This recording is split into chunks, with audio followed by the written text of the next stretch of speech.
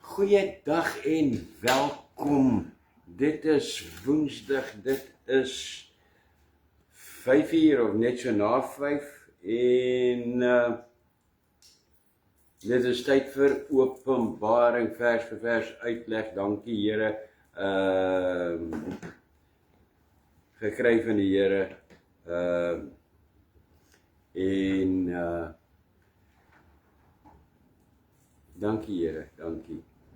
Ons is by hoofstuk 19. Kan jy dit oorvertel? Ja. Ek sê nie meer kan jy dit glo nie, want ja, ons kan alles glo wat die Here doen. Ons is nog net 3 hoofstukke. Met ander woorde, nog net 'n week en 1 keer. 'n week is Woensdag, Sondag en Woensdag. Dan is ons klaar. Wel, prys die Here. Ons is vandag by hoofstuk 19. Hoofstuk 19 gaan oor die bruilof van die lam, die wederkoms van Jesus en die slag van Armageddon. Dit is kortliks waaroor, saamgevat, dit is waaroor hoofstuk 19 is. Wat gaan daar aan in hoofstuk 19? Kom ons lees, prys die Here. Vers 1. En na hierdie dinge het ek iets soos 'n groot stem van 'n groot menigte in die hemel gehoor, wat sê, Halleluja, die heil en die heerlikheid en die eer en die krag aan die Here onse God. Amen. Daar het ek 'n baie mooi prentjie, daar so, en daar is, Halleluja, eer en heerlikheid in die hemel. En vir interessantheid, Halleluja is 'n Hebreëse woord wat beteken loof Jehova. Right. Nou, van hier af tot by vers 7, vir die eerste 7 versies, is net, hoe sê mense dit in Afrikaans? Dis plain aanbidding. Gewone aanbidding en lofsange, vers 1 tot 7. En in 6 verse word Halleluja 4 keer genoem. Wanneer ons dit lees, jy sien, 4 keer word dit genoem. Met ander woorde, daar gaan, as jy gewonder het wat gaan in die hemel gebeur, daar gaan aanhoudende geloof en geëer word die Here God Almagtig op die troon. Right, vers 2. O ja, dit het begin met na hierdie dinge, na watter dinge? Die vorige hoofstuk. Onthou, Johannes het geskryf. Hy het nie versies geskryf nie, ons het dit versies gegee. Met die skryf van die Bybel en die oorvertalings en goed. Hy het ook nie hoofstukke gehad nie. Dit was een geskrewe rol. Geen versies, geen niks nie. So as hy sê, na hierdie dinge, dan is dit net die vorige vers, die vorige hoofstuk. Right, vers 2. Want sy oordeele is waaragtig en regverdig, want hy het die groot hoer geoordeel, wat die aarde met haar hoerery verderf het, en hy het die bloed van sy diensknegte op haar gewreek. Amen. Dit is hoekom hulle, halleluja, dis hoekom hulle die Here loof en prys. Dit het ons gesien in die vorige hoofstuk, met die val van Babylon en die hoofstuk voor dit. Die vorige hoofstuk was die materiële val van Babylon, en die hoofstuk voor dit was die godsdienstige val van die hoer Babylon stad. Dit was hoofstuk 17 dan. Interessant is, wat ek wil noem, is, eers het Satan en sy diensknegte hulle gewreek op hulle wie nie die teken wou vat nie, en toe wie nie hom wou aanbid nie, en hom wou aanvaar, en wou inval by hierdie nuwe wêreldorde, hy het hulle gewreek. Nou het dit net mooi omgedraai, nou wreek God hom op Satan en sy diensknegte, vir dit wat hulle gedoen het. Dit was verlede week, of was dit Sondag wat ek gesê het, dit gaan oor, wat jy saai, gaan jy maai, en hierso gaan dit aan. God se oordeele is regverdig, wat ek sê, is die regverdigste. Hoe kan ek so sê? Want baie mense sê, ja, maar as die Here dan nou so liefdevol is, en so regverdig is, en so alles is, hoe is hy dan so wreed? Nee, die Here is regverdig. Hy het sy eie seun, Jesus Christus die Here, gegee, om die mens te red, juis van hierdie tyd, van hier wat hier gebeur, om hulle te red, om in die hemel te wees en nie deel te wees van hierdie oordeel van hom nie. Hy het Jesus gegee, sodat mense deur hom gered kan word en dit kan mis. Baie regverdig, as jy hom aanvaar as jy persoonlike saligmaker, en jy die heiligmaking najag, dan sou jy nou in die hemel gesit het. Baie regverdig, en hy sê dit in sy woord, hier waarsku ons, voor hierdie tyd, as jy dit doen, dis net regverdig, sal jy my straf vryspring, in die hemel wees, van die hemel af kyk wat op die aarde gebeur, as jy dit nie aanvaar nie, en verkies, want dit is 'n kwessie van kies, is kies tussen die Here en die duiwel, en as jy die duiwel kies, en sy godsdiens, en om teen die Here te gaan, dan het die Here dit hierso, waarskynlik sê hy dit in die Bybel, dit is nie dat dit 'n verrassing gaan wees in daai tyd nie, wat is die Here se probleem nou, hoekom doen hy hierdie straf? Nee, die Here gee dit vir ons voor die tyd, hy sê tot voor die tyd, wat hy gaan doen. Regverdig kies jy wat jy verkies. Alright, vers 3. En vir die tweede maal het hulle gesê, Halleluja, en haar rook gaan op tot in alle ewigheid. Amen. Wat beteken dit?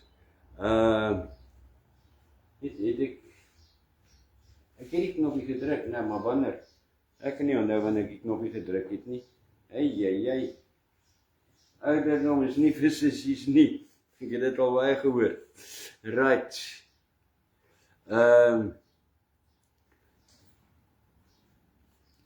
Nou, wie is hierdie? En vir die tweede maal het hulle gesê, wie is hulle?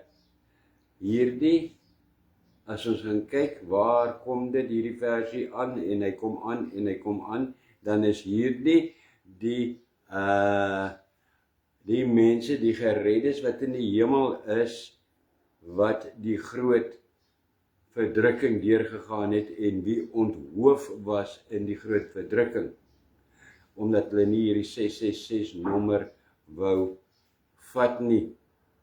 Is dit net hulle? Nee, daar is van 'n menigte, hulle reageer eerste, want ek dink hulle is, ons kan dit indink, die blyste.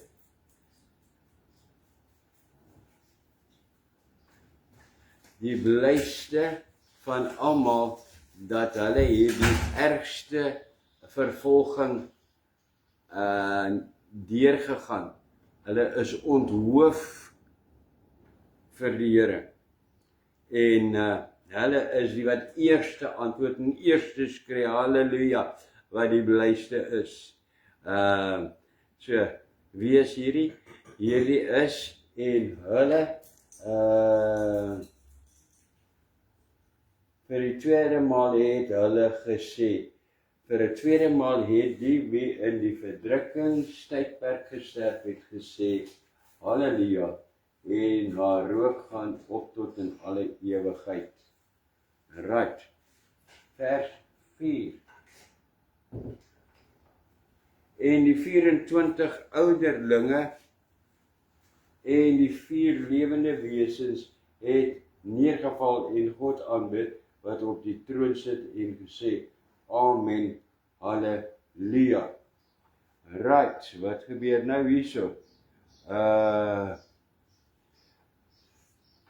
Die 24 ouderlinge, dit is, wie het eerste Halleluja? Die wie in die verdrukking betaal het met hulle lewens. Wie is hulle? Die wat agtergebly het met die wegraping, maar wat volhard het in die waarheid. Hulle het eerste Halleluja. Nou is daar so die 24 ouderlinge. Dit wys net op die Ou en die Nuwe Testamentse heiliges, gereddes, wat voor hulle in die hemel ingegaan het met die wegraping. En die 4 lewende wesens het neergeval.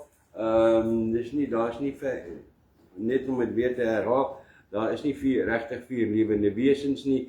Die 4 lewende wesens is 'n manier wat hy op sê, en die evangelie, Matteus, Markus, Lukas, Johannes, die evangelies, as hulle kon praat, hierdie 4 Bybelboeke, sou hulle ook sê, Halleluja, want dit is wat daar voorspel was. Amen. Right, vers 5. En 'n stem het uit die troon uitgegaan en gesê, prys ons God, al sy diensknegte en julle wat hom vrees, klein en groot. 'n Stem het uit die troon gegaan. Daar sit ek 'n mooi prentjie. Hier sit ek kyk, daar is miljoene der miljoene mense hierso in die hemel om die troon. Daar is hulle om die troon. Jesus op die troon, die engele en wow, 'n stem uit die troon gekom. Wie is op die troon op hierdie stadium? Onthou jy, as jy teruggaan, daar was 'n stadium gewees waar die Vader het hoofstuk 1, die Vader het alles aan Jesus oorgegee. Jesus sit op die troon. Haha, en nou sê, wat word daar gesê? Daar so staan,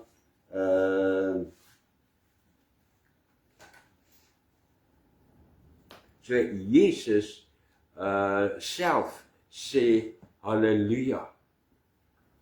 Wow. En hulle aanbid die Vader. Dit is wat daar gebeur. Daar is nie nou 'n vreemde stem nie, dit is Jesus wat op die troon sit en is maar net sy manier van skryf. Hy het nie gesê, en Jesus wat op die troon sit, het gesê Halleluja nie. Hy sê, daarso was 'n stem uit die troon uitgekom, want Jesus se stem is so groot met hierdie ontsaglike autoriteit, wat dit klink soos 'n stem wat uit die troon uitkom. Vers 6. En ek het iets gehoor soos die stem van 'n groot menigte en soos die geluid van baie waters en soos die geluid van sterke donderslae wat sê, Halleluja, want die Here God die Almagtige het die koningskap aanvaar. Amen.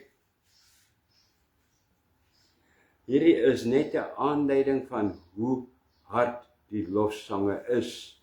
Dit klink soos donderslae en baie waters. Baie waters. Het jy al gehoor? Dit is my altyd so mooi as ons hier by die see staan en net om te luister na die see, die water. Dit is onsaglik. Dis hard. Dit is daardie kom het, ja, nou lag hulle weer vir my, omdat ek weer geluide maak, maar jy weet wat ek meen, dit is net 'n uitdrukking van hoe onsagtelik hierdie krag is, wat uit die troon uitkom. Vers 7. Laat ons bly wees om ons verheug en aan hom die heerlikheid gee, want die bruilof van die lam het gekom, en sy vrou het haar gereed gemaak. Amen. Nou hierdie, ek het al 'n paar keer gesê, merk het in jou Bybel 'n versie of iets, merk hierdie gedeelte. Dit is die gedeelte, dit is die oomblik waarvoor Jesus gewag het, sy hele bestaan. Dit is die oomblik waarop sy liggaam, elke heilige wat weergebore is, gevul is met die gees van die Here, wat heiligmaking najag. Dit is waarvoor ons die hele tyd wag, vir hierdie oomblik. Laat ek 'n prentjie, soos wat lyk dit? Dit is 'n bruilof. Dit is die oomblik van die bruilof. Hulle sê, want dit het aangebreek. Prys die Here. Die bruilof van die lam en sy bruid. Hier vind die bruilof nou plaas. Amen. Right. Maar terwyl ons by die bruilof is, wil ek net weer noem, net afstof, net dat jy nie sê, ja, maar niemand het my ooit gesê nie, om deel te wees van hierdie bruilof, nie bruid te wees van die bruilof nie, want jy kan daar so wees as die bruid of as 'n gas. Nee, ek wil nie as 'n gas daar wees nie, jy wil die bruid wees, om dan die bruid van Jesus te wees, is daar so 'n paar vereistes, wat ons nie eintlik so seer nakom nie, maar wat ons in Christus, in sy gees nakom, wat ek gou wil deurhardloop. Vereistes vir bruidskap. Ja, ek het dit nogal so genoem. Ek dink is 'n bietjie klein daarvoor, maar ek moes dit klein geskryf het, om alles daarin te kry. Maar jy kan my glo as ek vir jou sê, daarbo staan, in rooi vereistes vir bruidskap. Eerste onder dit is weergeboorte. Johannes 3 vers 3. Daar so staan, Jesus het hom geantwoord en gesê, as iemand nie weergebore word nie, kan hy die koninkryk van God nie sien nie. Wat die koninkryk van God is hierdie, dis dieselfde, kan hy die bruid nie wees nie. Die tweede punt daarso is, nommer 2 is, wees heilig. Dis nie ek wat die hele tyd daarop gepla is en dan ewig van heiligmaking nie. Dit is 'n vereiste wat die Here in die Bybel neerlê. 1 Petrus 1 vers 16. Wees heilig. Want daar so staan geskrywe, ek het nou nie die hele versie nie, maar ek onthou die belangrikste deel van die versie, want daar staan geskrywe, wees heilig, want ek is heilig, so sê die Here. Right. Dan die volgende ene is vrede. Jy moet vrede hê. Regtig? Ja. Dit is 'n vereiste om die bruid van Jesus te wees. Vrede, en daar so staan, dis, Hebreërs 12 vers 14 tot 17, daarin is die volgende punte. Ek dink hierdie ene is vers 14, sê, en jaag die vrede na met almal. jaag die vrede na met almal. Ek ken baie mense, hulle kyk hoe veel mense kan hulle lyk my kwaad maak eerder op hierdie aarde, of ongelukkig maak. Nee, die Here sê, jaag die vrede na met almal. En dan staan daar so, en dan gaan dit aan, dan sê dit, en die, volgende punt, en die heiligmaking. En die heiligmaking, dan as ek het reg herroep hier op my kop, recall is ek die regte woord, herroep, né? Dan sê, jaag die vrede na met almal en die heiligmaking, waar sonder niemand die Here sal sien nie. Hoor jy daar? Waar sonder niemand die Here sal sien nie. Jy kan nie onheilig lewe en dink jy gaan die Here sien nie. Die Here sê dit self daarso.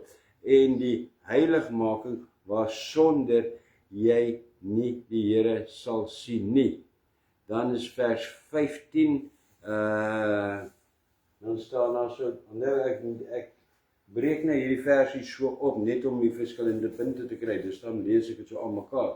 Daar so staan, wees heilig, want ek is heilig, en jaag die vrede na, en die heiligmaking, waar sonder niemand die Here sal sien nie, vers 15, en pas op dat niemand in die genade van God veragter nie. Wat beteken dit? Die genade van God veragter nie. Dat die Here se genade vir jou uithardloop nie. Ja, maar die Here is altyd genadig. Ja, die Here is altyd genadig, maar hier so staan in vers 15, dat die genade van die Here nie vir jou uithardloop nie. Moenie in die genade van God veragter nie. Met ander woorde, jy kan daarin veragter uithardloop in die genade van die Here. Pas op vir dit wat jy doen, waarmee jy besig is, dat dit nie 'n geval is waar die Here jou waar jy jouself laat uithardloop op die Here se genade nie. Jy moet daar besluit neem, Here, tot hier toe en nie verder nie, want Here, ek kan regtig nie dat u genade op my uithardloop nie. Dan gaan die versie aan, dan sê dit, en dat die wortel van bitterheid opskiet in jou. So die volgende ene is, geen bitterheid. Geen bitterheid. Bitterheid, dit dra in harddraand. As die mense kan harddraand wees en bitter wees vir eeue lank. Mense is later, hulle is bitter al vir 50 jaar. Hulle weet nie eens meer waaroor hulle bitter is nie, maar hulle is bitter. Ja. En dan staan daar so, vers 15,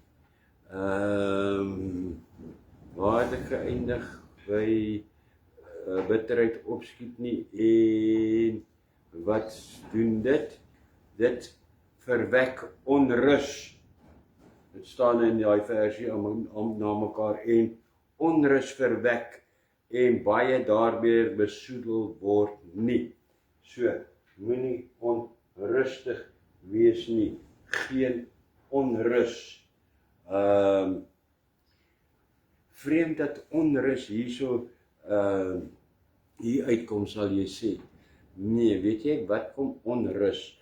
Onrus raak, jou siel is nie rustig nie. Met ander woorde, hy het nie vrede nie. Want onrus het nie vrede nie, kwaad, dit loop hand aan hand.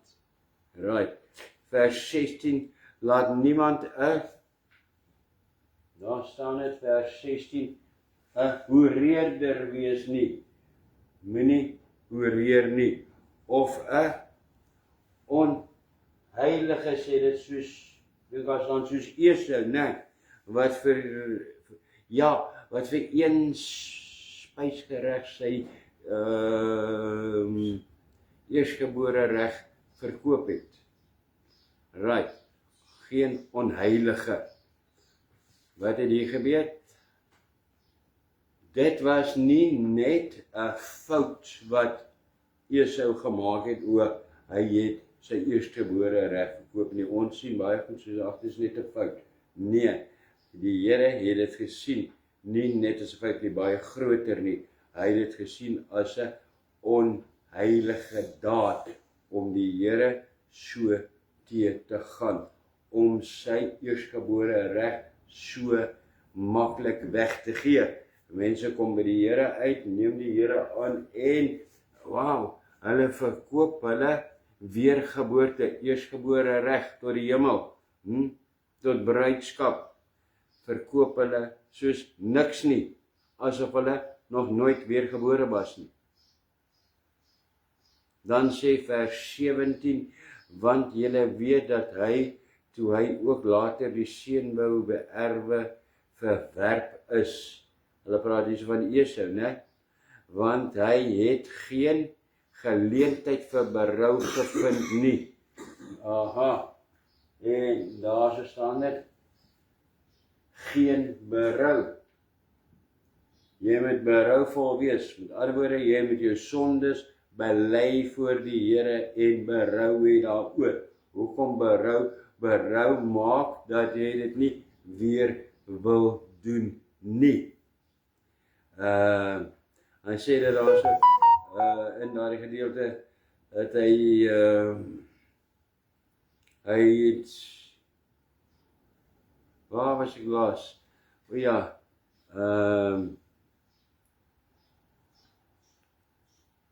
het sê daar, hy het geen geleentheid vir berou gevind nie. Dan staan daar so, al het hy dit vurig begeer. As jy nie die Here, jou sondes voor die Here bely nie, kan jy dit later nie bely nie. Hy het dit vurig begeer, maar hy kon nie. Pas op om dit op te bou en ag nee, wat is alright, ek het niks om te bely nie, of mense dink nie eers daaraan om sondes te bely nie. Ons doen dit en ons gaan aan, dis mos niks nie, dit is asof niks in die lewe hulle plan nie. Die les vir Esau, hy hy dit later begeer om sy sondes te bely, maar hy kon nie. Wat beteken dit alles saam? Dit is die punte, ek dink as 12 van hulle vir vereistes vir bruidskap.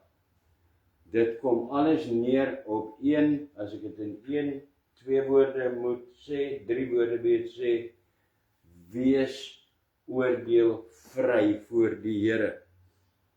Maar almal het sondes, ja, ons het almal sondes, maar wees oordeelvry op moedswillige sonde en volhardende sonde en bewustelike sonde. Amen. Amen. Nou, vers 8 is, wow, wat is so erg in vers 8? Vers 8 is 'n beskrywing van hoe gaan jou bruidskleed lyk. Regtig, ja. Hoor wat staan daar. Laat ek net vers 8 se knoppie druk. En daar is gegee om bekleed, en aan haar is gegee om bekleed te wees met rein en blink fyn linne. Want die fyn linne is die regverdige dade van die heiliges. Amen. Het ek 'n prentjie? Ek het 'n beautiful prentjie, hoor. Kyk daar. Ek kon dit nie beter uitdruk nie. Daar is 'n voorstelling van Jesus met sy bruid. Maar die bruid is dan net een mens, wees ons almal vorm deel van die bruid van Jesus, al die weergeborenes. Kyk hierso, hulle het so dit gee ook nogal die effek, né? Hulle het die bruid geword, soos met die wegraping, kyk al, boeps, daar gaan hulle. Al die gereddes, weergebores in die Here, wat gevul is met die Gees van die Here, wow, die wat geklee is met die regverdige dade van die Here. Nou, fyn linne gaan daar definitief ook wees. En dit gaan nie, ons moet hierdie prentjie uit ons kop uitkry, want so 'n prentjie van een mens daarso. En daar kan ook nie hierdie miljoene mense daarso. Ons weet nie, ons het nie 'n regtige idee nie, die Here openbaar dit nie van hoe dit werklik sal wees nie. Maar dit sal 'n geleentheid wees wat jy, ek, jy, ons die gelowiges, gereddes saam, almal gaan op een slag die bruid van Jesus wees, geklee in wit, fyn linne wat blink van die heerlikheid van God. Amen.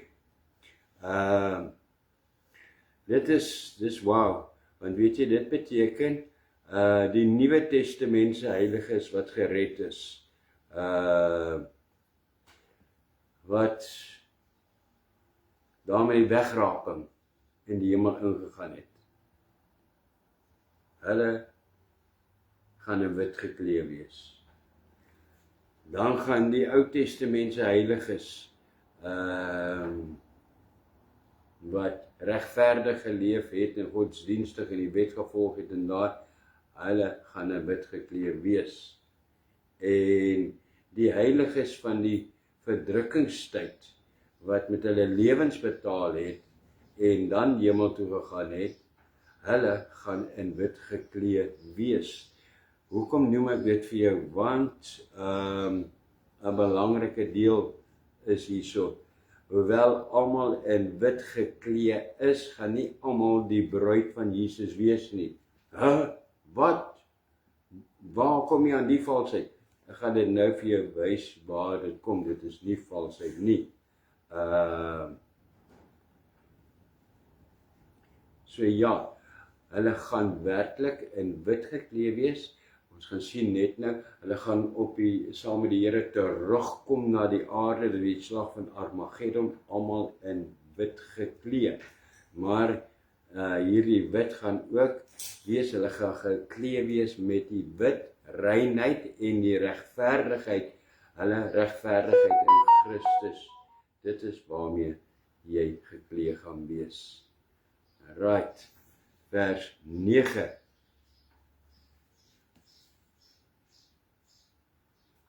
Toe sê hy vir haar, skrywe, salig is die wat genooi is na die bruilof, maal van die lam. En hy sê vir my, dit is die waaragtige woord van God. Dit is die waaragtige woord van God. Salig is die wat genooi is.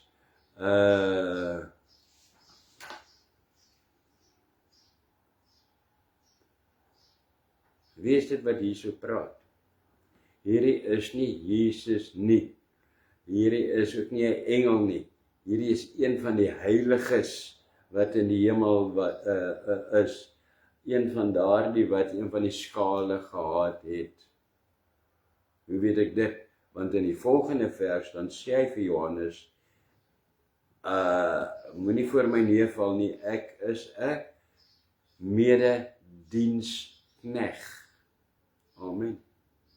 Ek is 'n mens, geredde mens, soos jy, 'n medediensknegt. Dan staan hy so, salig is hy wat genooi is na die bruilofsmaal van die lam. Wat eers sê, daar gaan werklik iets wees soos 'n bruilofsmaal, 'n bruilofseremonie, onthaal gaan plaasvind in die hemel. En salig is hulle wat uitgenooi is na die bruilofsmaal. Belangrik daar, nie wie die bruid is nie, maar wie genooi is na die bruilofsmaal. So, daar gaan, behalwe die bruid, wat, seker wil ek sê, die saligste van alle salig gaan wees, is daar ander wat dit is salig, geseënd is hulle, wat na die bruilofsmaal genooi was. Nou, waar kom die genooides vandaan? Nou, ek wil dit nie net boems hier inval nie, ek wil hê jy moet dit in die naam van Jesus 100% verstaan. Om dit mooi te verstaan, kom ons sit ons gedagtes op hoe lyk die onthaal uitleg van 'n bruilof soos wat ons dit ken. Dit lyk mos so iets van die aard. Daar so is 'n groot tafel, die bruidstafel. Ek weet nie hoekom sê hulle altyd die bruidstafel nie, maar daar's 'n bruidegom ook. Maar anyway, daar's 'n tweetjies van hulle wat dan is daar so voor is daar 2 tafels en hier is 'n koektafel in die middel. Hou die 2 van mekaar af totdat hy koek soontoe vlieg of soontoe vlieg. En nee, ek kyk te veel movies dink ek. Of gekyk toe ek klein jong was. Familietafel en dan is daar so al hierdie ander tafels. Dit is al die gaste wat daar so sit. Tafel 1, 2, 3, 4, 5, 6, 7, 8, 9, 10. Hierso is 'n groot troue, hierso is 12 tafels. Dan is daar so 'n dansvloer in die middel gewoonlik. En hier op die kant sien jy hierso is 2 sulke pink tafeltjies ook iets. Dit is waar die kos is. Right. Wat noem mense dit in Afrikaans? Die buffettafel. Nou die buffettafel. Waar jy jou woordjie vat en vir jou gaan opskep. Right. So iets van die aard. Hoekom gee ek dit? Sodat jy kan sien, daar is 'n bruid en bruidegom, wie nie enige van hierdie mense is nie. En hierdie wat hier so sit, wat is net gaste. Almal van daar af, onder daar die bruidstafel, waar die bruid en die bruidegom sit, almal onder toe, of voor dit, is gaste. So, daar gaan gaste wees in die hemel. Waar gaan hulle vandaan kom? Die bruidegom en die bruid, het ek het gesê, hulle is nooit gaste nie. Nou, dink mooi, as al die gaste, of al die gereddes in die hemel is, van die wegraping en as hulle nou reeds in die hemel is, wie anderste kan dan nou die gaste wees? Wie gaan die wees wat genooi is? Right. Die bruidegom is Jesus, die bruid is die gereddes vanaf Pinksterdag, toe die gees van die Here uitgestort was, tot en met die wegraping. Dit is die bruid. Right. Wie is die gaste? Die gaste is die Ou Testament se heiliges, wat nie deur die bloed van Jesus gered is nie, maar op, hulle is geregverdig en die Here het hulle gered, omdat hulle hierdie goeie navolgers van die wet was, die Ou Testament se heiliges, en, daar's 'n en onthou jy die heiliges wat agtergebly het met die wegraping, wie nie gereed was nie, wat later met hulle lewens betaal het, wie geonthoof is, waarheen het hulle gegaan? Hulle het mos ook opgegaan hemel toe en op 'n stadium, ja, ek kan onthou, sê jy, hulle het mos onder die altaar ingegaan. Hulle, hoekom is hulle dan nie nou daar nie? Want die Here het gekom met die wegraping om sy bruid te kom haal. Net hulle wie toe gereed is, kan bruid wees. Die ander Nee, is nie dat julle nie in die hemel is nie, dis nie dat julle nie in wit geklee is nie, dis nie dat julle nie deel is van die hemel nie, maar jy gaan nie bruid wees nie, want jy het nie as 'n bruid ingegaan nie, jy het as 'n vervolgde wat met sy lewe betaal het, ingegaan. Right, ek dink jy het dit duidelik, né? Nou oké, as dit nou lekker, dit klink nou maak dit sin, ons weet, hierdie is die gereddes en die met die wegraping ingegaan het en uit die grafte uit opgestaan het. Hierdie, die gaste, verstaan ons, is die Ou Testamentse ouens en daar die verdrukking mense. Nou as hierdie 'n lekker werklike troue is, dan wie sal die gaste wees?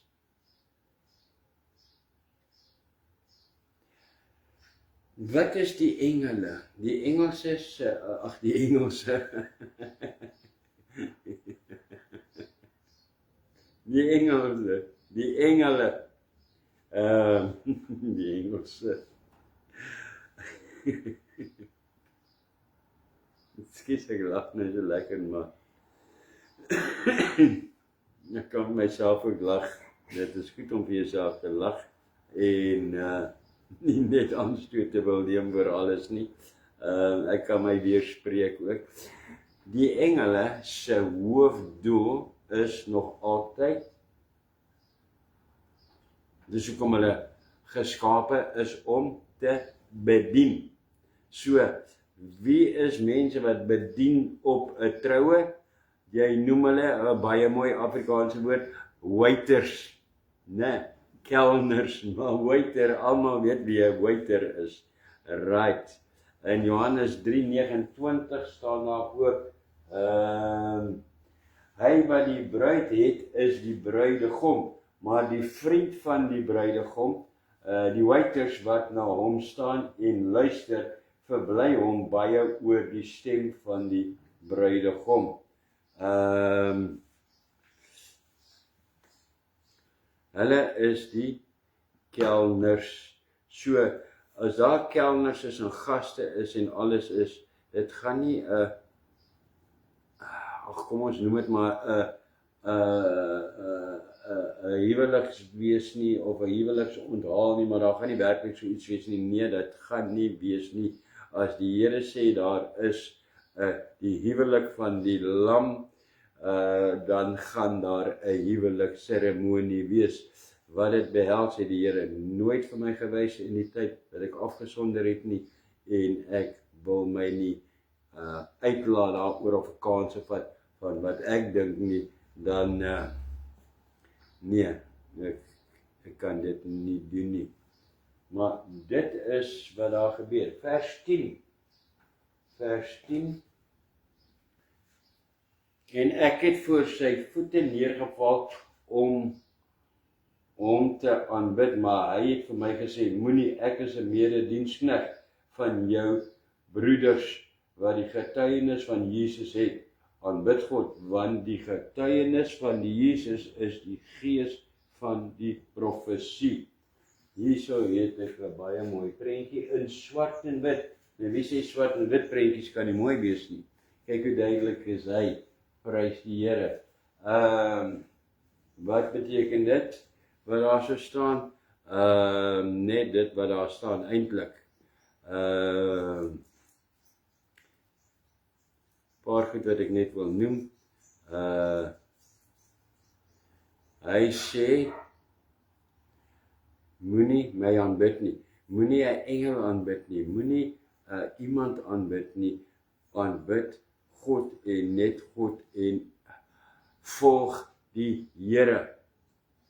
Mense kry hier die navolgers, dan word hulle nagevolg en dit is waar sektes vandaan kom. Wat was hy Mason se van? Charles Mason, daar in Amerika. En hulle was honderde mense wat almal dood is, wat hulle self doodgemaak het, want hy was hulle leier. Hulle het hom geaanbid met hierdie verdraaide godsdienst wat hulle gevolg het. Nee, baie belangrik, moenie eers 'n engel aanbid nie. Ja, maar die engele is heilig, regtig, ja, nie heiliger as jy nie. Moenie moeder Maria aanbid nie. Hierso sê hy self, moenie iemand anders te aanbid nie, behalwe die Here Jesus. Ja. Die getuienis van Jesus, word daar genoem, is die Heilige Gees. Dit is die getuienis van die Here. Baie belangrik.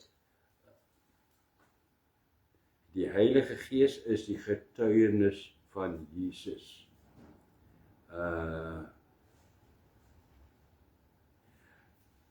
Nou, terwyl ek hierdie lees, moet ek dan sê,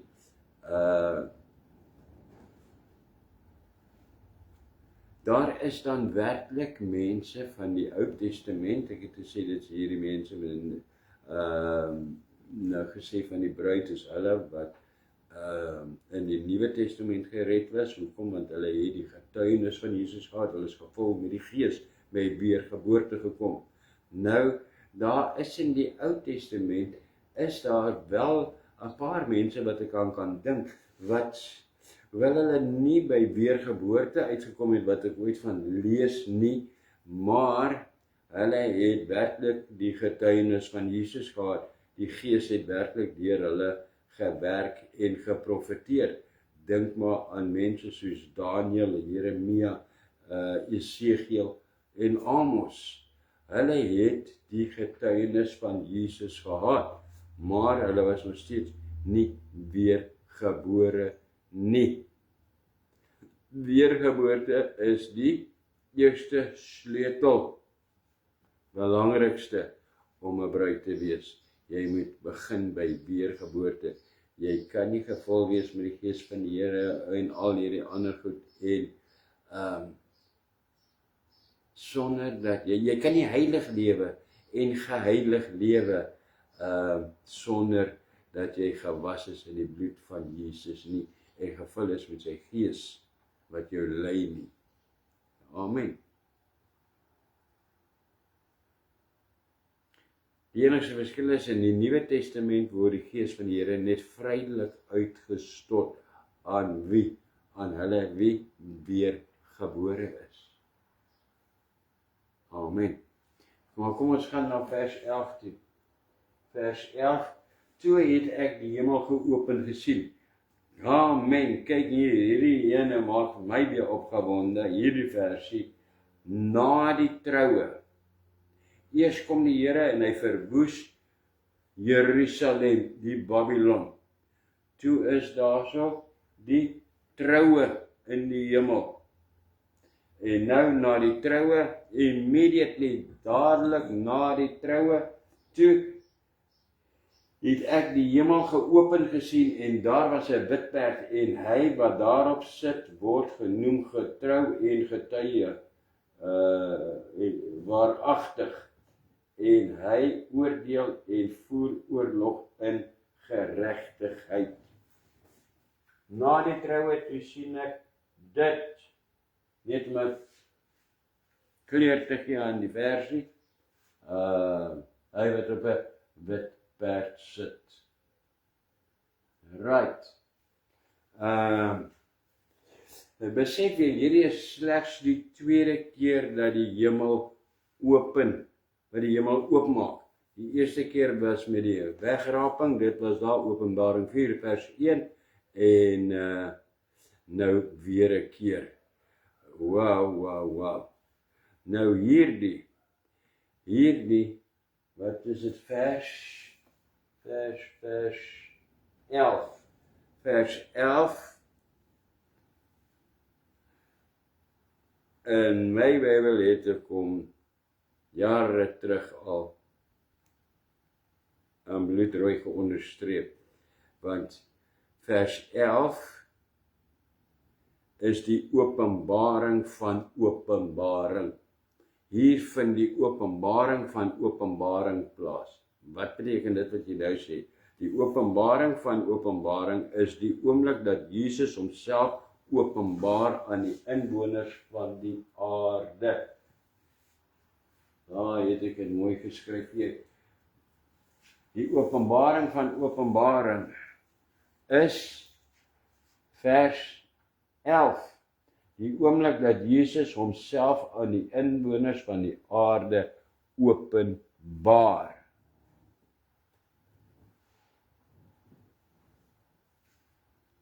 Want tot op die stadium het nog niemand die Here gesien nie. Vir 2000 jaar plus nou. Maar hier vind dit plaas. Vers 12. En hy het op 'n wit perd gesit en dan gaan hy aan en sê en sy oë was soos 'n vuurvlam en op sy hoof was baie krone en hy het 'n naam wat geskrywe is wat niemand ken nie behalwe hy self. Ek het probeer om 'n versie 'n prentjie te kry, kon nie lekker kry nie, maar ek het hom weer aanwerk. Daarso hy wat op die troon op die wat op die perd sit. Sy oë was soos 'n vuurvlam. Ek het hierdie oë seker rooi gemaak. Nie dat dit nou die demoniese oogies moet wees nie, maar om die idee te kry van die oë soos 'n vuurvlam. En op sy hoof was baie krone. Kan nie heeltemal sien dat dit baie krone is nie, maar daar is baie goetertjies daarop wat ook probeer baie krone aandui. Wat beteken dit? Die oë soos 'n vuurvlam dui daarop dat Jesus kom om alles wat onheilig is te deurboor.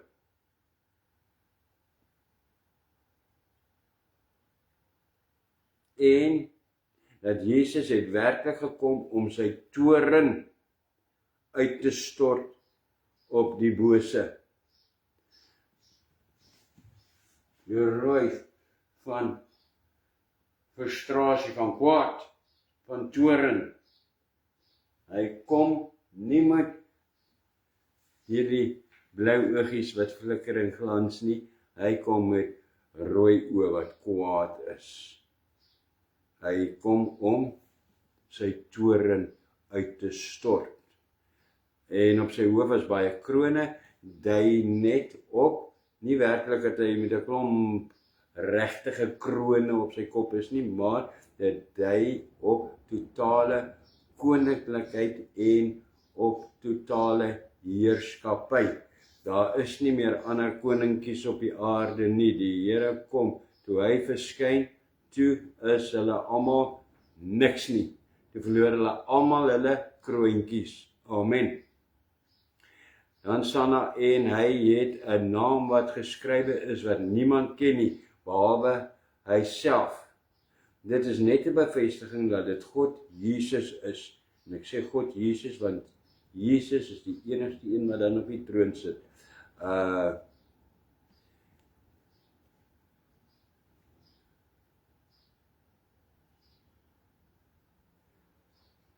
Dit is net 'n bevestiging dat dit Jesus is en daardie naam verbind hom met die kleed wat hy gaan aan hê, want hy gaan 'n kleed aan hê wat ons nou gaan sien wat sy kleed dit gaan wees. Vers 13 staan daarso. Hy was bekleed met 'n kleed wat in bloed gedoop was en sy naam is die woord van God. Amen.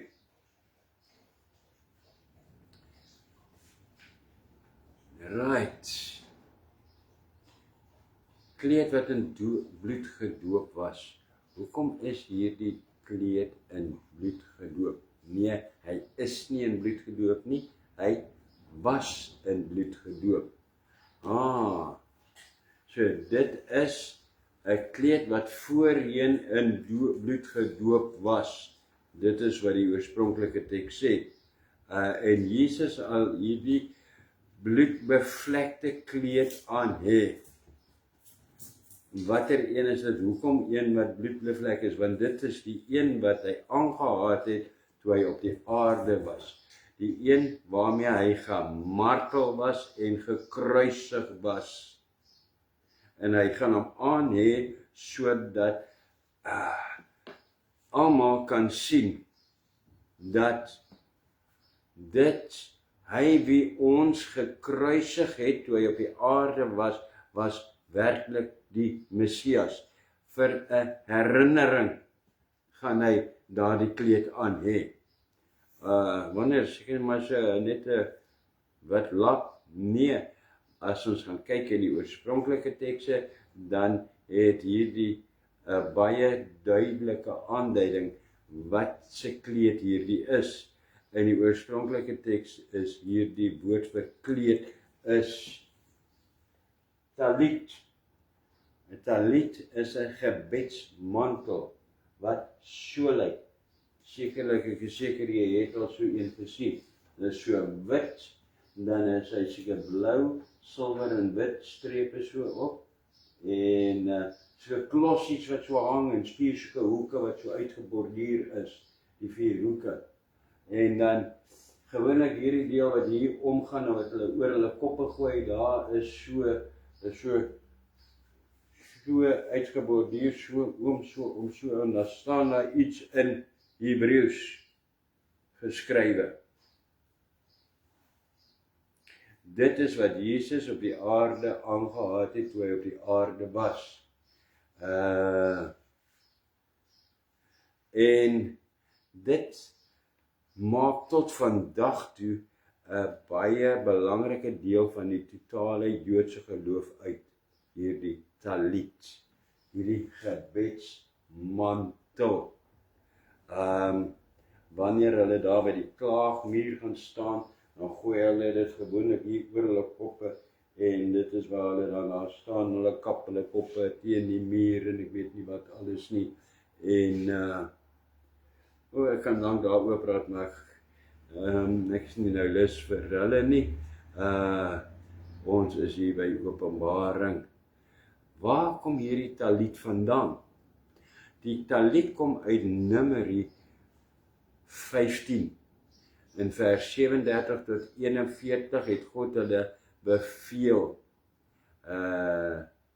om 'n talit te maak en te dra, en hy het dit nog vir hulle uiteengesit hoe die talit moet lyk, hierdie gebedsmantel, nie mansel nie, mantel, hoe dit moet lyk. So dit is nie 'n ding wat hulle aan mekaar gesit het wat oulik is of mooi is nie. Nee, die Here het stap vir stap dit uiteengesit, die maak van die talit. Die kleur is wit met koningsblou strepe, met 4 hoeke, met klossies, wat ek daar gewys het net vir jou, hoeke, met klossies, hierdie vraaiings en klossies, wat elke een ander ding op hierdie gebedsmantel, op hierdie talit, het 'n betekenis. Nou, klossies is daardie klossies, daardie onderste gedeeltes, hulle is so, as jy so eenhalf en naby af gesien het, hulle is so, dan is dit so gedraai, en 'n knoop, en dit gaan so, en dan hang dit so vraaientjies. Die woord vir klossies in Hebreëus is daardie woord, tzitzit, dis nie 'n puisie nie, dis 'n vraaiing, okay.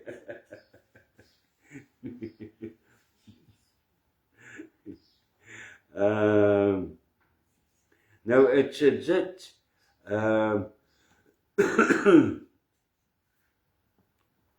daardie vraaientjies of klossie verbind, symboliseer daarmee dit simboliseer hulle verbintenis met God.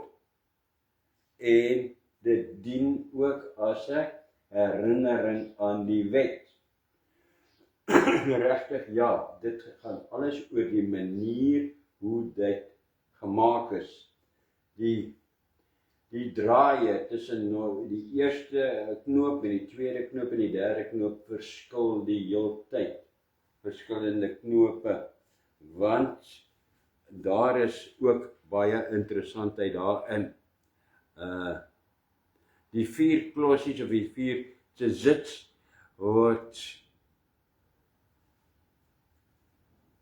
is 8 touwtjies, 8 stringe. As jy hier onder uitkom en hulle hang hierso, as jy hierso so gaan tel, dan is dit op 1 klossie is dit 8 stringe wat daar onder uithang. Right. Nou, daar is dis interessant wat hier oor aangaan.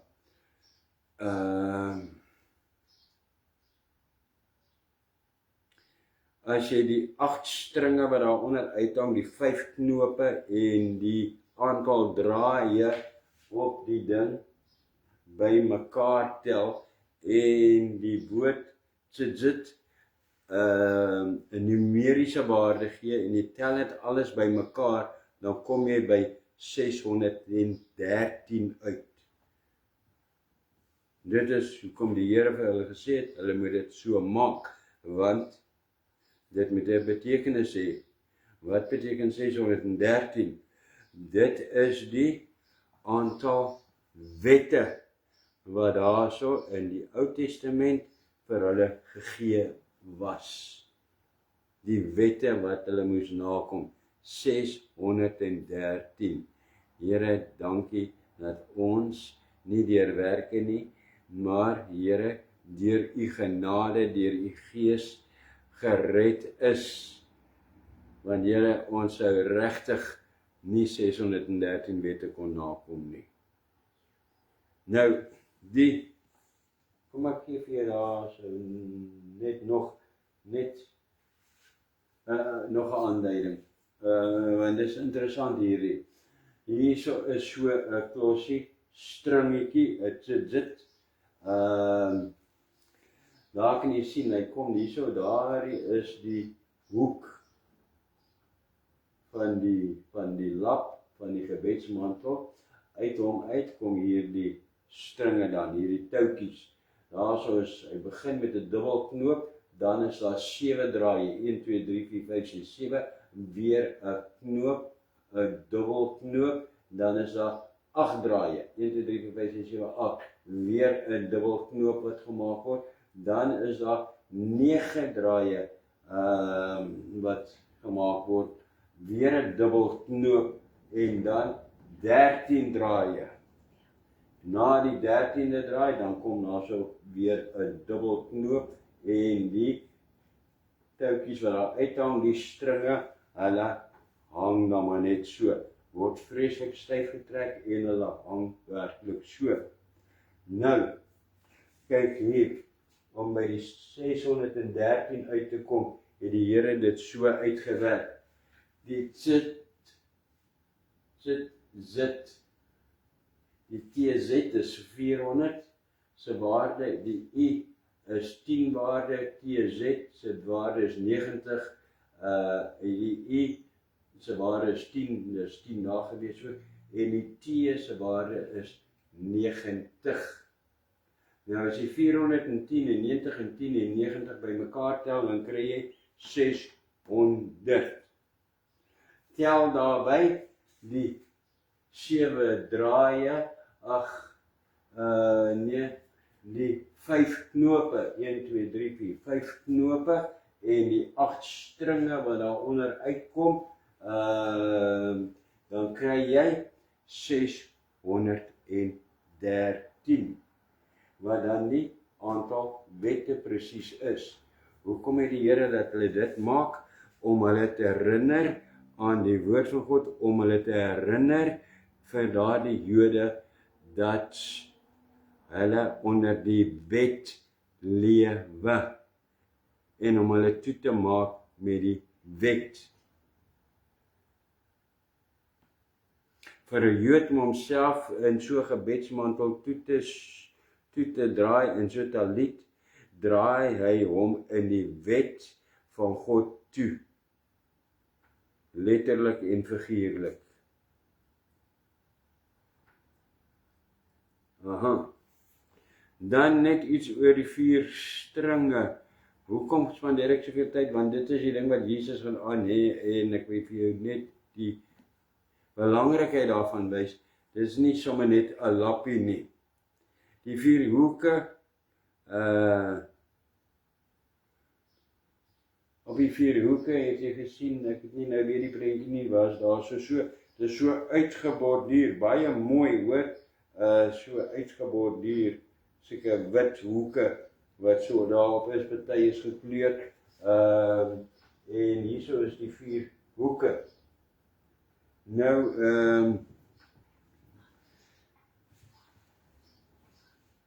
die 4 hoeke, het ek gesê, net nou verteenwoordig die 4 name van God, of 4 van die name van God. Dit is wat ons lees, kan jy sien, elke keer staan daar so, en 'n naam, of 'n naam wat niemand ken behalwe hy, of die koning van konings, dit is hier die 4 hoeke. Nou, en die eerste hoek is uitgeborduur, is Jood, en die tweede hoek is hy, en Vaf, en daai lyk soos hy, né? Maar daar is 'n streepie op die e, is hy. Vaf en hy, en Vaf en hy. Raai, wat beteken dit? Dis nie net dit, of sê, hierdie is wow.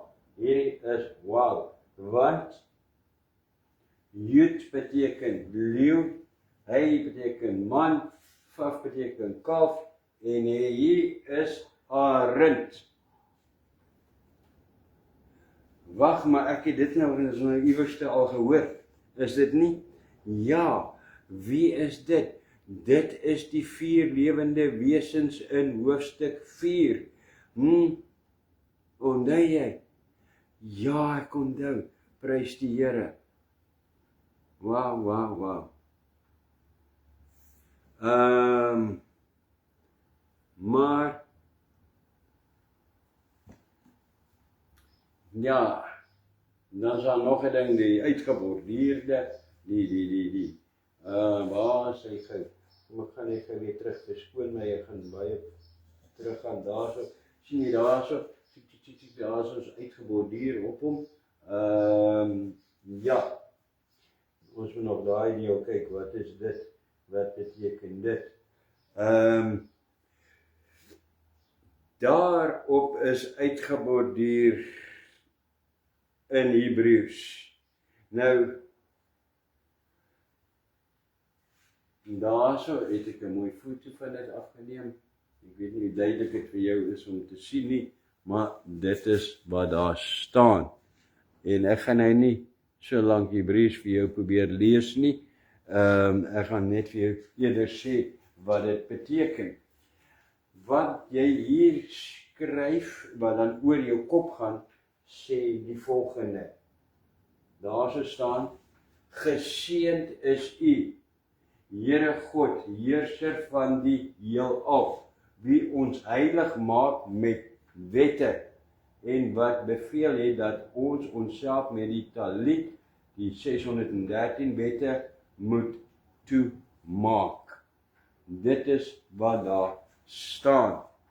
Nou ek het self op 'n stadium, toe was dit groot mode gewees, amper 'n mode gewees, elke tweede ou wat prediker wou 'n talit hê en het met 'n talit gepraat. Nou ek het vir 'n lang tyd, het ek gebid met 'n talit en ek het 'n talit gehad. So talit is nie goedkoop in die eerste plek nie, maar weet jy, ek het vinnig opgehou, want ek het dit net gedra, terwyl ek nie dit kon lees en weet wat dit beteken nie. Die dag toe ek dit kan lees en besef wat dit beteken, toe sê ek, Here, vergewe my, hierdie dra ek nie weer nie. Want ja, dit is die waarheid, geseënd is U, Here God, heerser van die heelal. Daardie deel is reg. Maar die volgende deel is nie reg nie, wie ons heilig maak met wette. Nee, die Here maak ons nie heilig met wette nie, hy maak ons is geheilig deur Jesus bloed afgewas en skoon van was en geheilig deur sy Heilige Gees wat ons lei. Wat ons besteel het om onsself met die wette toe te maak, nee, wat ons beveel, Here, om U onsself toe te maak met U bloed en met U Gees, en daar het ek gestop. Maar dit is net, ek hoef seker nie in so 'n detail in te gegaan het op hierdie talit nie, maar ek wou vir jou 'n ordentlike beskrywing gee van wat hierdie kleed is wat Jesus gaan aan hê. Right, vers 14. En die leeu's en die hemel het hom gevolg op wit perde, bekleed met wit en rein fyn linne. Ons is nou al 'n paar keer deur wit, rein fyn linne. Wat het ek 'n prentjie hiervan? Ja, dit is wat verder gebeur het. Hier kom hy met die kleed oor hom, die talit oor hom, op 'n wit perd, en hy word gevolg deur al hierdie gereddes, almal op wit perde en almal geklee in wit. Amen, prys die Here. Dit sal 'n gesig en 'n half moet wees om te aanskou. Maar dit gaan nog wouer wees, groter wees om, kan jy dink, Here, hier, daar's ek ook, halleluja, prys die Here, dit sal die wauwste ervaring moet wees, wat jy in jou lewe ooit beleef het, behalwe toe jy in die hemel ingegaan het, met die wegraping seker. Hierdie leers is die miljoene en miljoene en miljoene, die Bybel sê daar, so ons het dit gehad vroeër in die Openbaring, wat die getal van die sand van die see. Nee, dit is baie. Dis waarom sê ek, miljoene en miljoene gereddes en opgewekte heiliges gaan Jesus volg. Dit is die Here se hemelse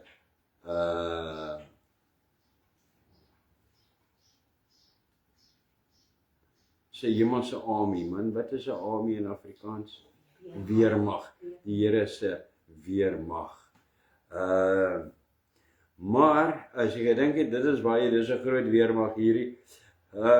Net so ons net sien by die miljoene soos die see se sand, so baie, toe val die engele ook nog in. So hierdie is 'n verwoede groot weermag van die Here, wanneer hy kom om sy oordeel oor die goddelose uit te voer. Nou Judas het dit al voorspel in Judas 1 vers, nie Judas 1 nie, Judas het net 1 hoofstuk, Judas vers 15. Hy het daar geskrywe, hoor daar, hy het gesê, om gerig te hou oor almal en al die goddelose mense onder hulle te straf oor al hulle goddelose werke wat hulle goddelooslik gedoen het en oor al die harde woorde wat die goddeloses sondaars teen hom gespreek het. Dit is eeuwenlang voorspel, geprofeteer, en nou is die tyd. Die Here kom straf hulle. Vers 15. En uit sy mond gaan daar 'n skerp swaard om die nasies daarmee te slaan, en hy sal hulle met 'n ysterstaf regeer, en hy trap die paskruik van die wyn van die grimmigheid en van die toorn van God die Almagtige. Paar goed wat ons al gehoor het, en daar is 'n prentjie, 'n skerp swaard uit sy mond. Nou, weer eens, dit is net 'n uitdrukking. Jesus lyk nie werklik so, wat bloedrooi vlamme wat uit die oë kom en 'n swaard wat uit sy mond kom uit nie. Nee, dit beteken net die Here Jesus gaan die nasies met sy mond oordeel. Wat is met sy mond? Op grond van sy woord. Sien, dit is waar die probleem inkom. Die Here red ons en ons is vry onder die woord uit. Ons staan nie onder die oordeel van die woord nie, van die wet nie. Ons is vry, gewas deur Jesus bloed afgewas. Maar as jy kom voor die oordeel van God en die Here oordeel jou, dan oordeel hy jou weer teenoor sy hele woord. Ouch.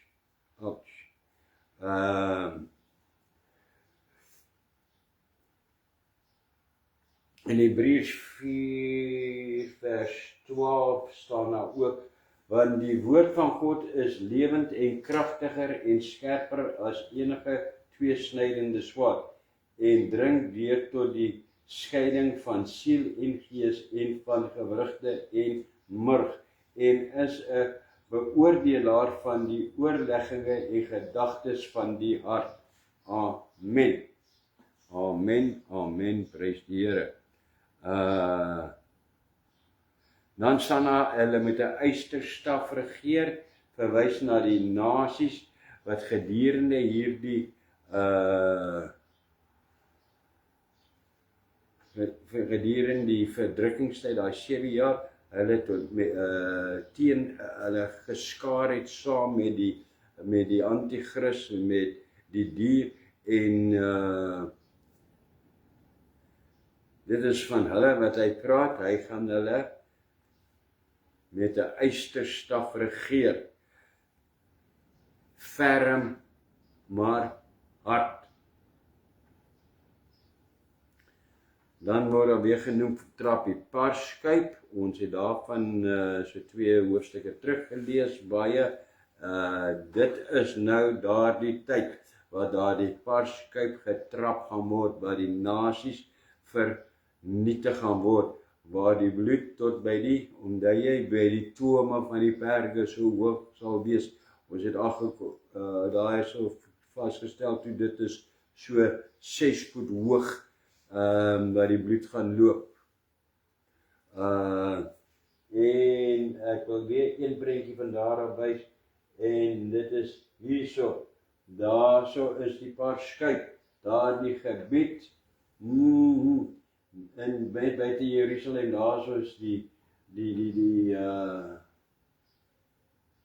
daar is die dome van die amper sê ek weer die kloekies, wat is daai mense?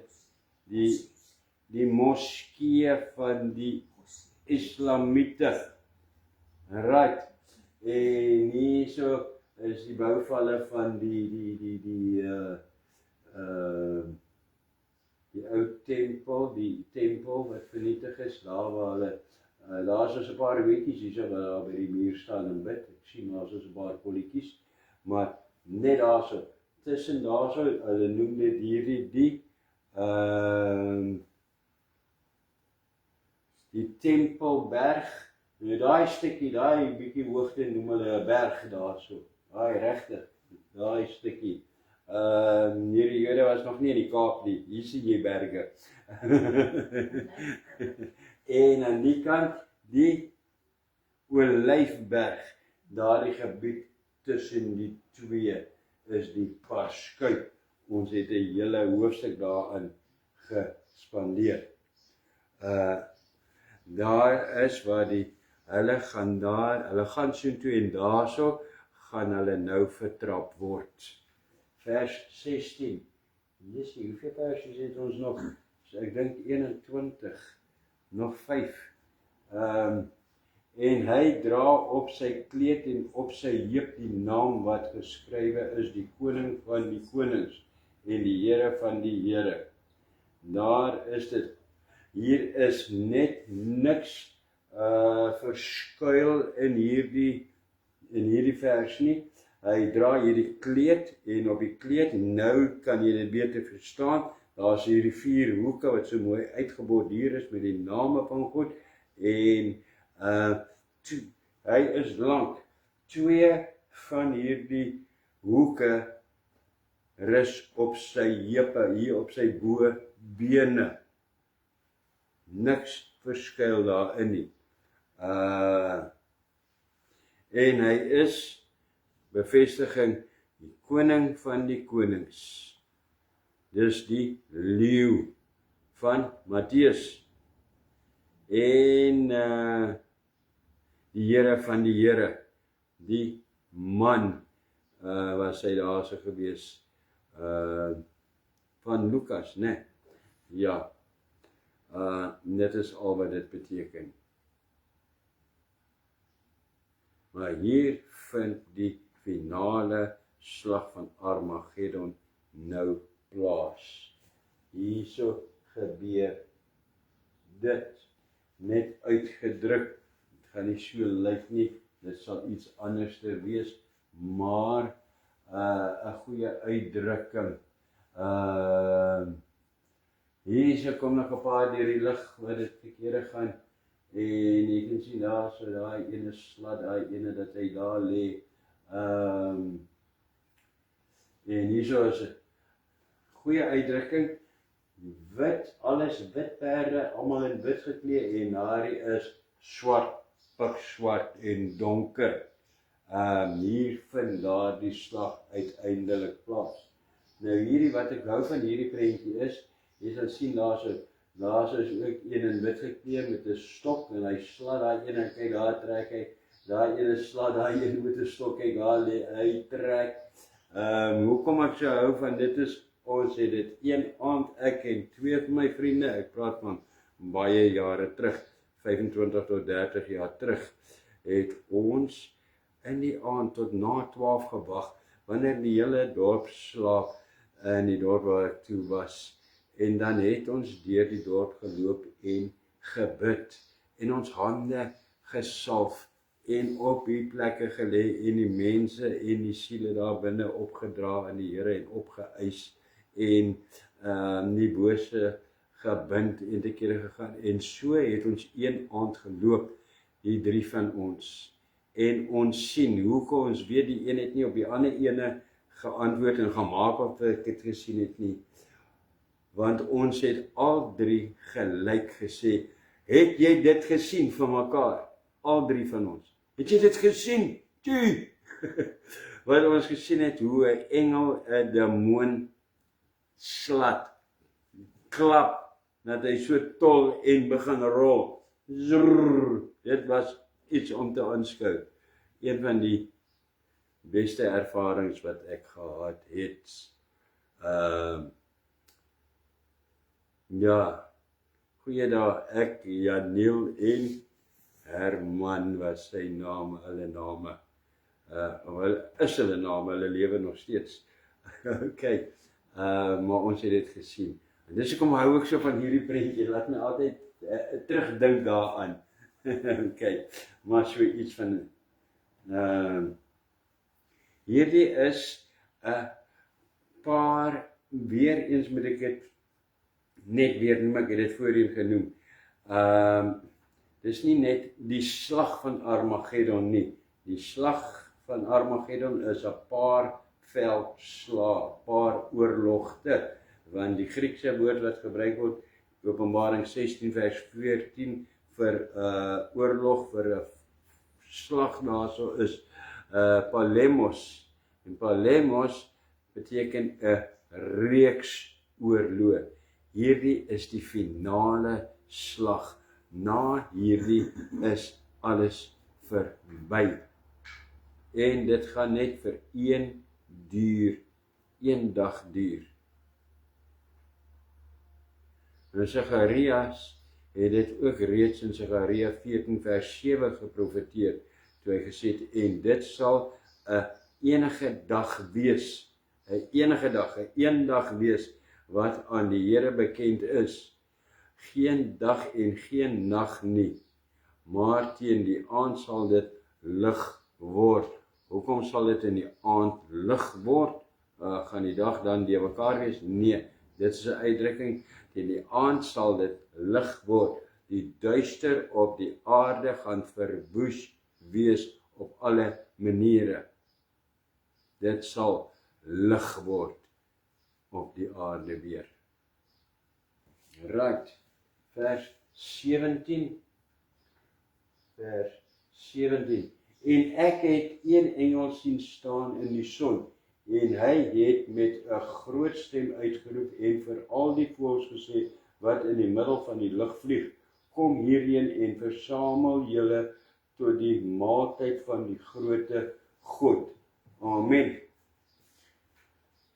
Nou het ek 'n prentjie, 'n engel wat vir hulle sê, kom en versamel julle tot die groot, wat het ek gesê, die groot maaltyd van die grote God.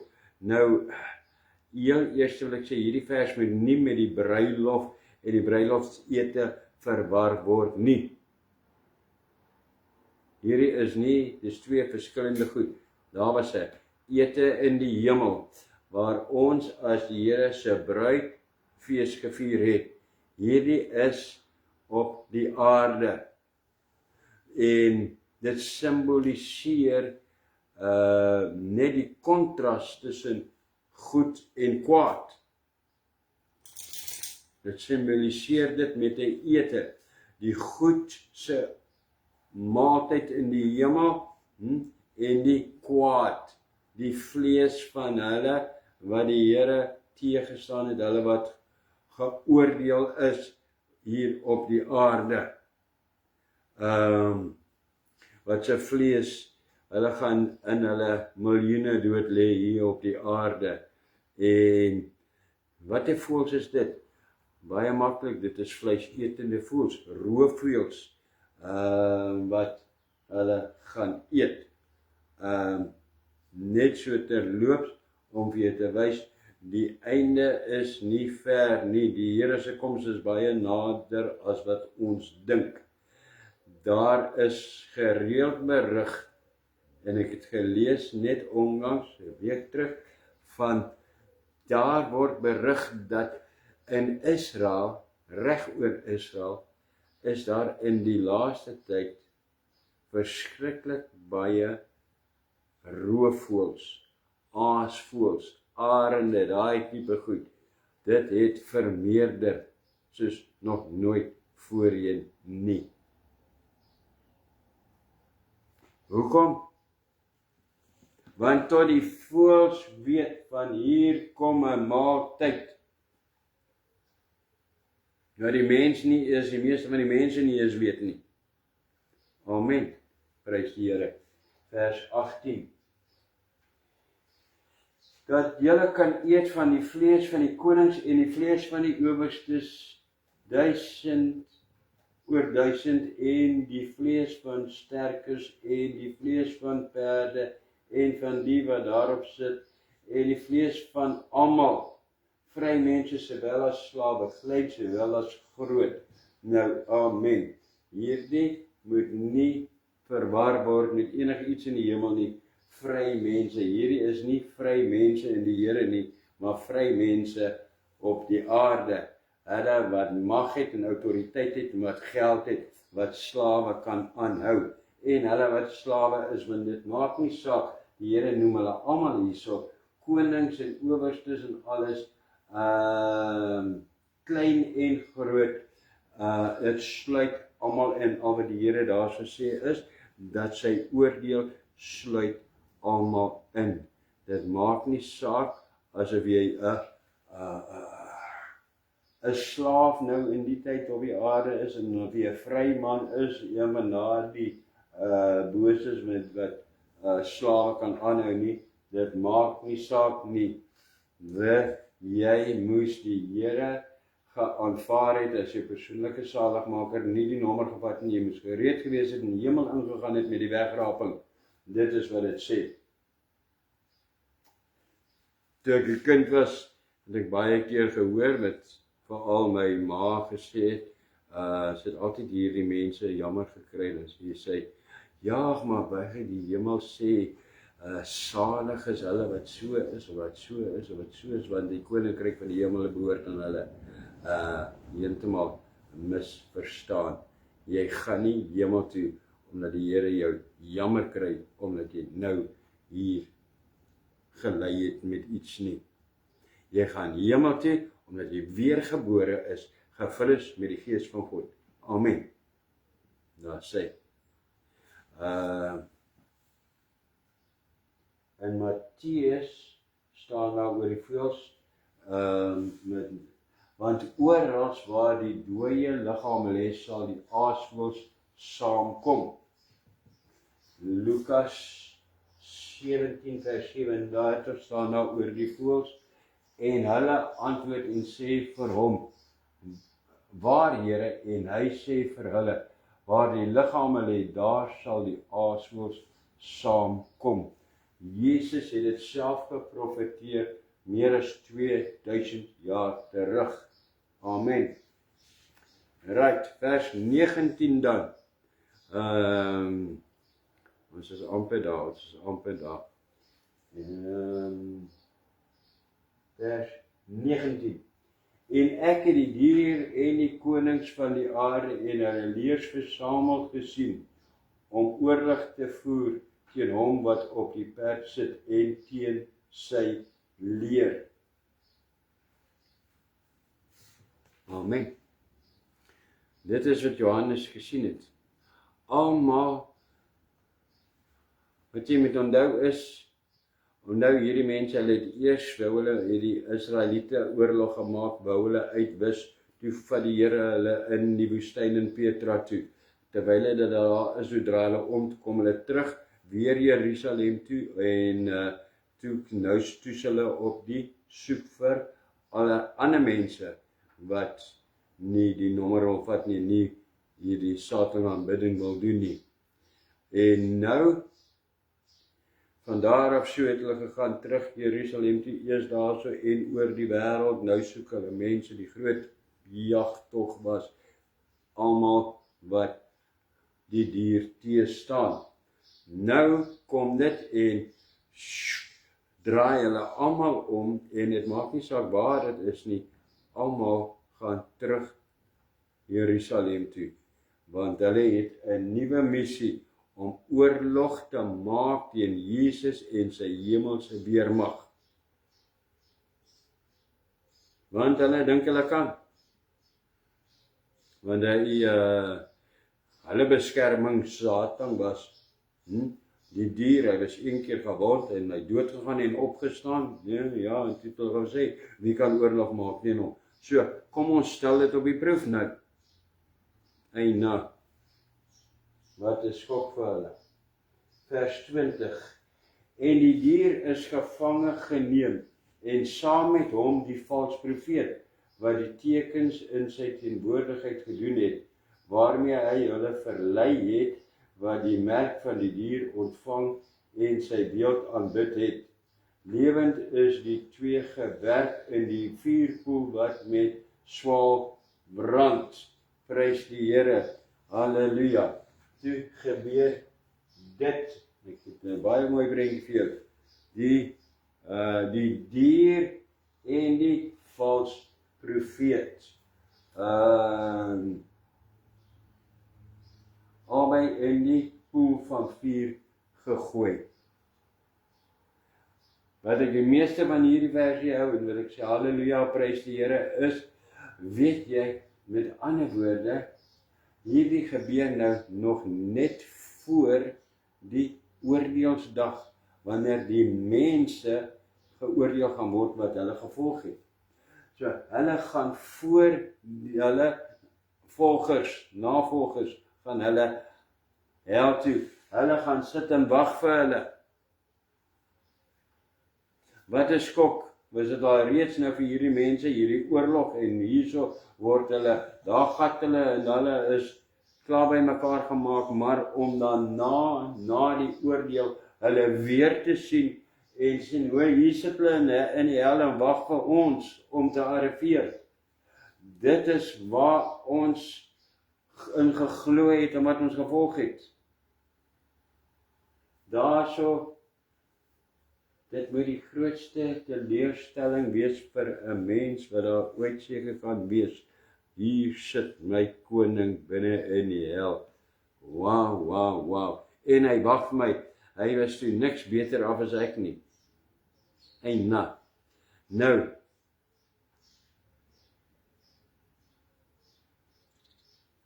daar is baie, ek gaan nie allemaal uit die goed vir jou lees nie, maar ek gaan die versies vir jou sê, daar is baie profeseë hieroor, dat hulle in die vuurpoel gaan gewerk word en sal brand.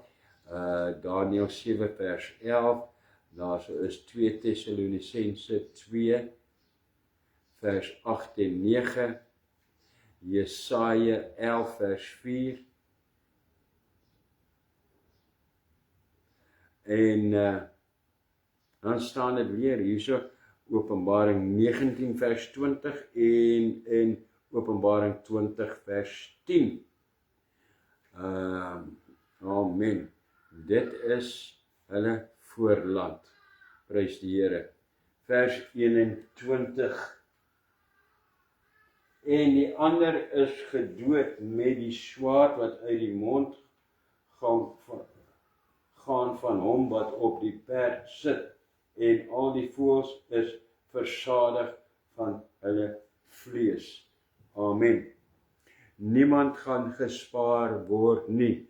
Hulle is klaar op pad hel toe, klaar weg hel toe, en niemand gaan gespaar word nie. Al die voëls is versadig van hulle vlees. Waar? Almal gaan met die woord, die wet geoordeel word. En dit is die bruid, die wederkoms en Armageddon. Ek kan net sê, Vader, in Jesus naam, dankie, Here, vir u genade om dit te geopenbaar het aan my. Dankie, Here, ja, ons het dit gaan skryf, en dit kan vir mense baie indrukwekkend lyk, en wat ook al, of klink, en ja, die navorsing wat gedoen het om vleis, om dit aan te sit, om feite te kry, en dit het u my nat gelei ook en gehelp, Here, en dat ek dit by mekaar kon kry en kon versamel. En ek sê dankie daarvoor, Here, maar dankie dat u dit self geopenbaar het, en dat ons, veral in 'n tyd waar soveel, Here, soveel dinge gesê word, en vals dinge oor waar is ons in Openbaring en al dit, Here, dankie dat ek gehoor gegee het aan u om dit in hierdie vorm te kan kom aanbied, sodat mense kan sekerheid kry, en wanneer hulle weer vals gerugte hoor, om te kan sê, nee, dit is nie die waarheid nie. Here, berei ons voor, ons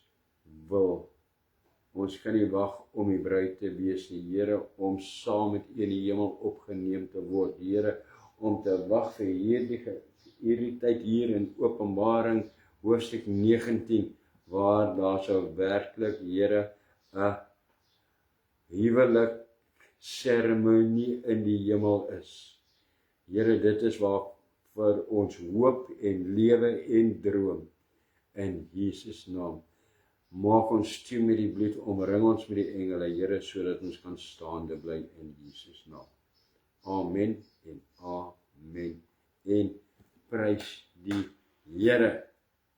Tot volgende keer, wat net 3 dae verder is, Sondag, hoofstuk 20, hoofstuk 20.